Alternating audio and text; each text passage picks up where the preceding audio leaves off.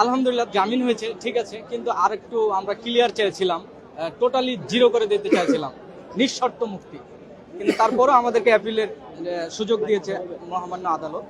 তো সম্মানিত দেশবাসী, আমরা ডেস্টিনিকে নিয়ে গর্বিত। আমি মুস্তাফিজুর রহমান, রাজশাহী। এই ডেস্টিনি হচ্ছে একটা ব্র্যান্ডের নাম, রফিকুল আমিন হচ্ছে একটা ব্র্যান্ড, একটা ইতিহাসের নাম।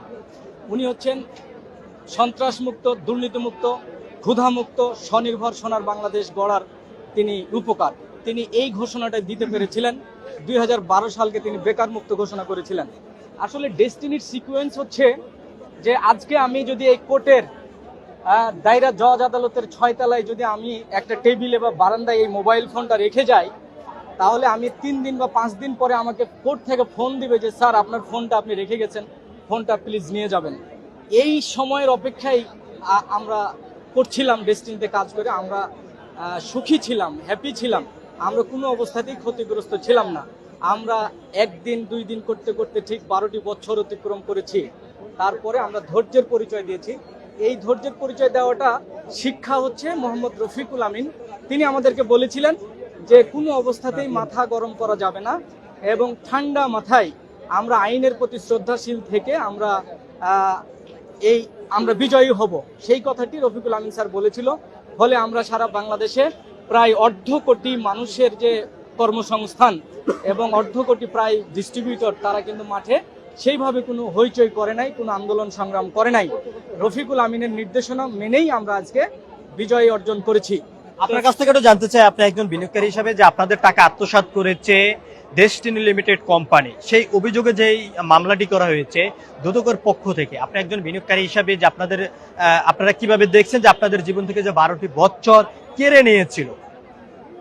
আসলে দুদক নিজেই করপশন, মানে নিজেই করাপ্টেড। সো দুদকের বিষয়টা আসলে দুদক তো নিজে চলে না, দুদককে চালানো হয়েছিল।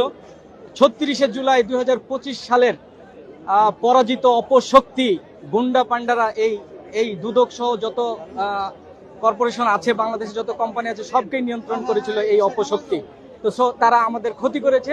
আমরা কোনো অবস্থাতেই ডেস্টিনি তারা ক্ষতিগ্রস্ত না। এবং ডেস্টিনিকে ঘিরে আজকে ডেস্টিনি যদি স্বাভাবিক থাকতো তাহলে সারা বাংলাদেশে কয়েকটা জায়গায় তো ফ্লাইওভার হতো না, সারা বাংলাদেশকে 2 তলা বানিয়ে ফেলতে পারতাম আমরা।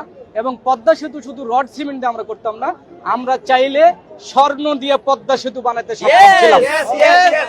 তো আমরা ডেস্টিনিকে ঘিরে পদ্মা সেতু আমরা রড সিমেন্টে বানাতাম না। রফিকুল আমিন যদি স্বাভাবিক থাকতো তাহলে আমরা পদ্মা সেতু স্বর্ণ দিয়ে বানাতে পারতাম।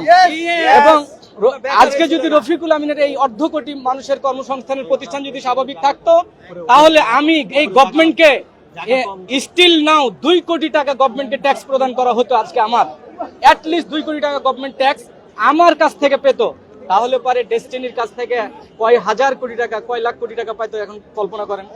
সম্মানিত দেশবাসী, আমরা একটি প্রশ্ন করে যেতে চাই, আমরা শুধু নির্বাচন করি কেন হয়?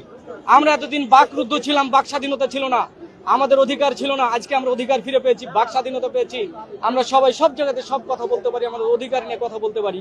কিন্তু আমরা আজকে হঠাৎ নির্বাচন কেন? তোমরা এতদিন কই ছিলা? তোমাদের ক্ষমতা কোথায় ছিল? তোমাদের ঘর বাড়ি থেকে তাড়িয়ে দিয়েছে, ঘর থেকে টেনে হিচড়ে বের করেছে, তোমরা তো কিছু করতে পারো নাই। এখন কিসের নির্বাচন? একটু ওয়েট করো। আমরা আগে রিফর্ম করব, আমরা সকল দুর্নীতিমুক্ত সকল প্রতিষ্ঠানকে আমরা তৈরি করব, ডেভেলপ করব, তারপরে আমরা নির্বাচন করব।